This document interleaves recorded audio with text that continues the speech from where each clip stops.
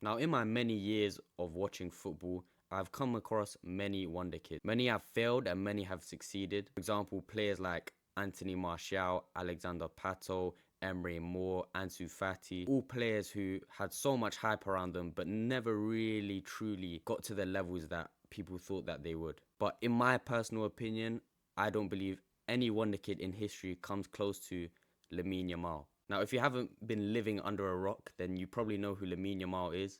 Lamine Yamal is a Spanish Moroccan right winger who burst onto the scene in Barcelona 23-24 season, but really wrote headlines during the Euro 2024 campaign, where he was a vital part in Spain's campaign during that tournament, obviously getting a vital assist in the final, and obviously that legendary goal that he scored in the semi-final. Now, I wanted to make a video really discussing truly how high is his ceiling? How high can he truly go? Because for me, at his age, what he's done so far in his career is practically unheard of. He's not only been one of the best wingers in the world, he is hands down one of the best football players in the world, in my opinion. I'd even go as far as to put him as probably the best right winger, if not the best winger in the world, which at his age is a joke. As someone who enjoys watching football for the creative and technical flair that players show, I feel like I'm a big fan of Lamine Yamal and a big advocate for him, because obviously over the past couple of years we have seen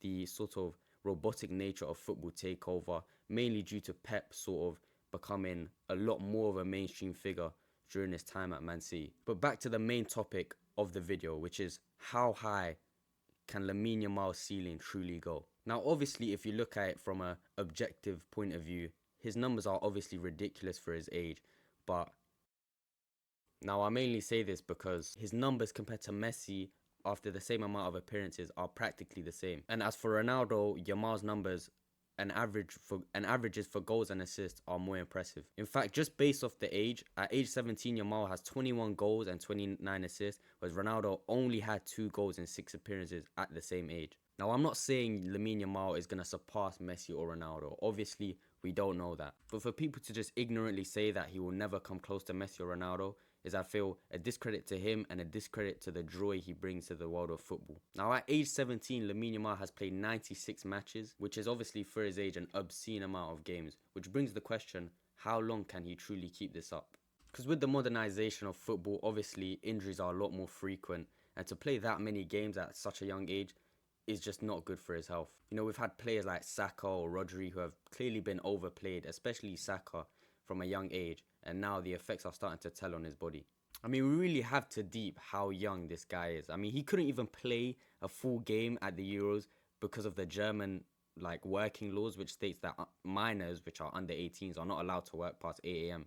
Like, do you deep how ridiculous that is? And not only was he performing, he was arguably the best player on the pitch. And the reason why I'm raising this question is because of the things that I've seen him do over the course of the season, which put him way beyond, in my opinion, any right winger. For me, the top 3 right wingers in the world are Lamine Yamal, Saka, and Mohamed Salah. And for me, Lamine Yamal has done things with the football that Saka and Salah have just never done. And when you pair that with the fact that he's literally a minor, like he's not even 18, it really makes you sit in deep.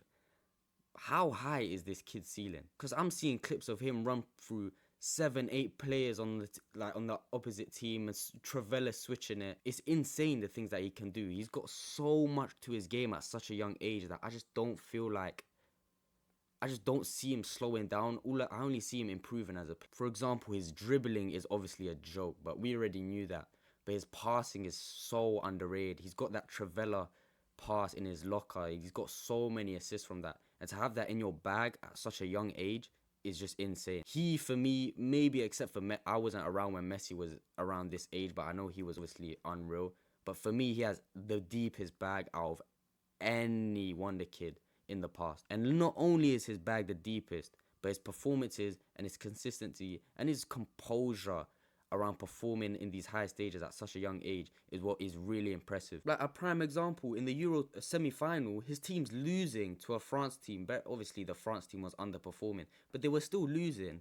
And he wasn't even 17 yet. He decides, oh, fuck this, let me put this team on my back and just slap it in from outside the box. Like to have the confidence at that age to to even think to try that is ridiculous. You know, to link with what I just said about the goal against France, it wasn't just the tournament with Spain.